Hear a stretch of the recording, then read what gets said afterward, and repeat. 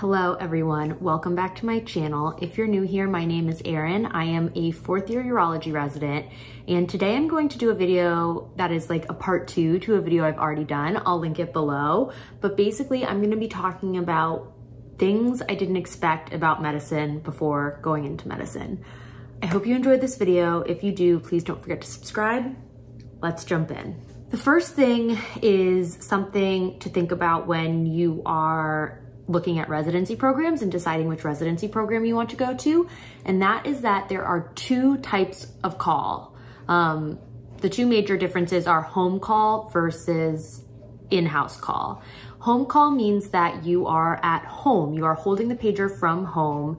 You answer pages from home. If you have to go into the hospital, say for like a surgery, a procedure, to examine a patient, anything like that, you have to go in from the hospital or go in from your house to the hospital and then come back or stay there.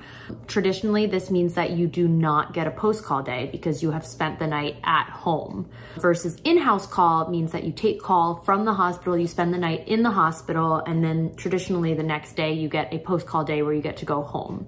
In my program, we do home call, but that being said, if you have a really busy night or you have to go in a lot, usually the residents, if they're able to, will send you home early the next day. But this is just something I didn't really realize, I didn't think about, and if you have a strong preference, it's something to consider when looking at residency programs. The next thing is that you may not work with all of your co-residents. I know this is probably specialty specific or even program specific, but for us, for urology, you know, we're a smaller surgical program. There are 3 of us per year at my program. Some are more, some are less at other programs. And the 3 of us within our year are kind of split up between the different hospitals we cover. So usually you do not work with your co-residents your year in the hospital. I think this is good in the fact that it doesn't really foster a lot of competition. I think you're less directly compared to each other. Like say if you were working in the same hospital at the same time, you'd probably be, you know, there'd be more competition or you'd be comparing yourself more. It's nice that you are the sole resident in your year at that hospital at a certain time. The con is obviously that you don't get to see your co-residents as much, but we do hang out outside of the hospital, and then you get to share experiences without fear of judgment, and there's no like competing over surgeries.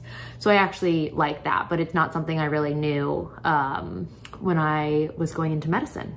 The next thing is you don't wear your white coat nearly as much as you may think. It's funny because in medical school, it's such a big deal to get your white coat. That's like your first step at becoming a doctor. And then in medical school, you get a short white coat. And then when you go to residency, you graduate to a longer white coat, and then you feel like even more like a real doctor. But then when you're in residency, I really don't wear it all that often.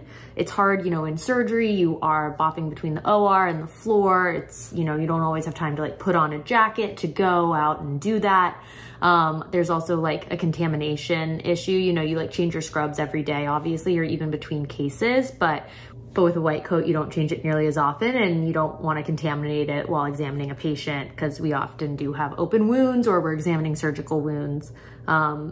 So I really only wear it. I wear it sometimes when rounding in like certain hospitals and then for photos, but really for the most part, it literally sits in my car in case I need it, but I really do not wear it as much as I thought I would. When you do wear it, it is nice because it has big pockets for snacks. The next thing that I thought was really interesting that I wasn't expecting is that usually making the diagnosis is not the hardest part of practicing medicine. I feel like these TV shows like House really perpetuate the idea that it's all about the diagnosis. And once you get the diagnosis, it's over. And that's not really the case. I think in medicine and practicing medicine, for the most part, the diagnosis is very clear. You know, you get a CT scan, you run a blood test, you like can figure out the diagnosis pretty easily. And then it's the treatment that is the hard part, whether it be a procedure, surgery, medicine, like stabilizing a patient.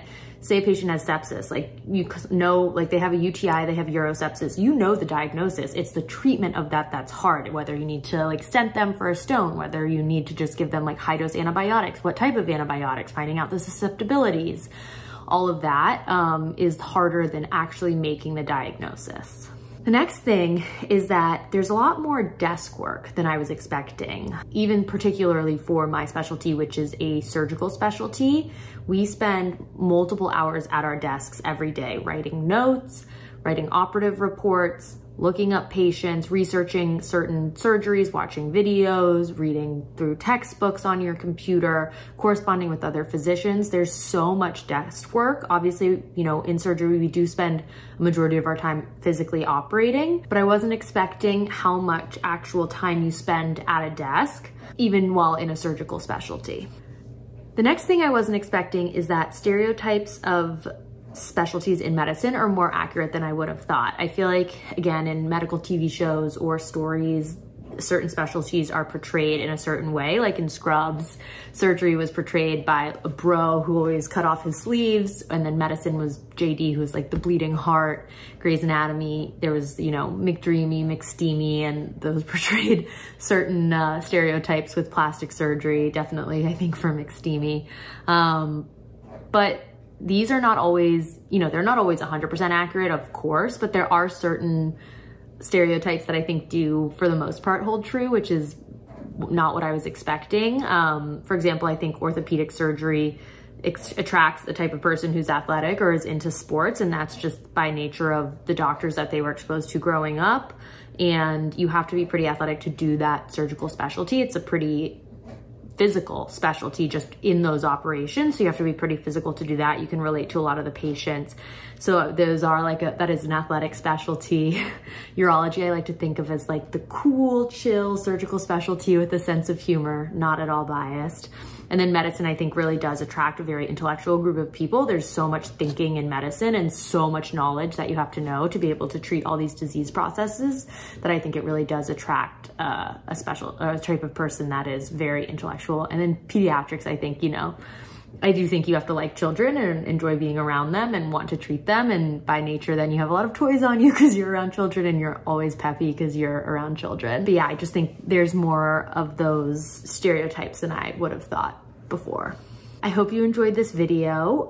If you did, please don't forget to subscribe, and I will see you guys next time. Bye.